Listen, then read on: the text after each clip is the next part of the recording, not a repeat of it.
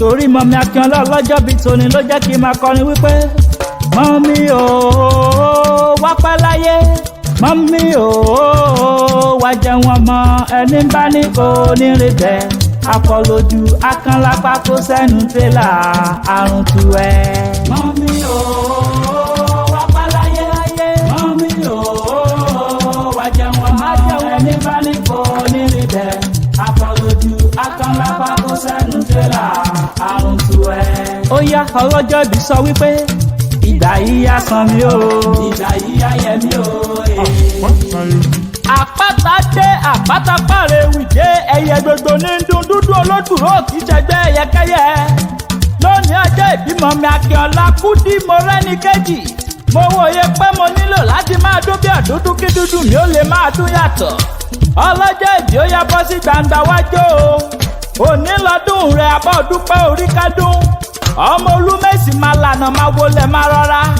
obìnrin lẹ́gẹ́lẹ́gẹ́ apọ́nbẹ́pẹ̀rẹ́ onínúure oníwà àtàtà olóríire ẹ̀gẹ́ ènìyàn nìwọ jẹ́ ìwọ bá wọn sí láwùjọ fàwọ̀ rajà ìyá Wálé mọ́mísì Dèjì ìyá Yétúndé ayé Olúmídé kò kàdí kékèsè tí n bá gé Olúmi ò lè gbàdé adé ọmọ Adéwálé àti ìjọmọdé bá ń bọ̀ ìmùlẹ̀ Olúmídé olówó orí Yétúndé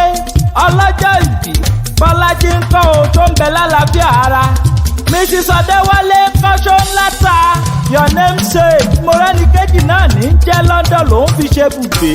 ọlọ́jọ́ ìbí ó yá jẹ́ lọ Kejì Akínọlá ìwọ lọmọ wọn lábẹ́ Olúmọ ìwọ lọmọ wọn lábẹ́ Òkúta lájọlé bàbá rẹ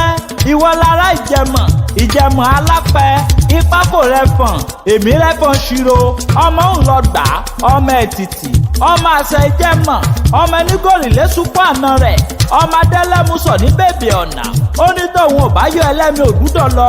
ọmọ àtìlẹ́ Tóyin Ìjẹ̀bú àtọ̀ṣù ọlọ́mọjọ bí ará ojówó àṣàlẹ̀ jẹ́jẹ́ bí ẹni olóbìnrin ńlé ajíjẹun ìnámúrìn àfíjú Ìjẹ̀bú ìní tó ń bá rà tó ń bá tà tó ń bá jèrè òun á máa ya òun jọba ní Rẹ́mọ ọmọ Olúmẹ̀sì máa lànà bàbá rẹ̀ lànà títí dé Ìjẹ̀bú Òde ọmọ bá ń ta ọmọ ẹlẹ́lùkú ẹ̀yìn odi ọmọ abúní má yẹra wò ọdọọdún lànà orógbó ọdọọdún lànà ọmọbì lórí àtẹ ọdọọdún la ó máa rí ọtọ ó máa yan panda níwájú abínú ẹni lágbára lọ́wọ́ Ọlọ́run ọba àyúnlọ àyúnbọ̀ lọ́wọ́ yẹnu wàá máa lọ re wàá máa bọ̀ re òní rí pọ̀ ọmọ ìwọ fúnra lára rẹ kó òní pàìsàn lògbà àbùdí ntolókun àbùdí ntọlọ́sà wàá máa lówó mówó wàá máa lọ́lá mọ́lá wàá máa ní yìmọ́yì ní lọ́dọọdún lágbára lọ́wọ́ Ọlọ́run lágbára lọ́wọ́ bàbá òkè bóyin bá ṣe dágbére ó ti ní kókó òkè bá bẹ̀rẹ̀ bòjò bá ṣe dágbére ó ti ní sàrẹ̀ tó kọ́lé sí Apataewi ló ṣe tán o mò ń rebi tá a forí ìbí sọlẹ̀ sí ní ojúmọ́ ti mọ́dé gbogbo ilẹ̀ kílẹ̀. ó yá ọlọ́jọ́ ìbí sọ wípé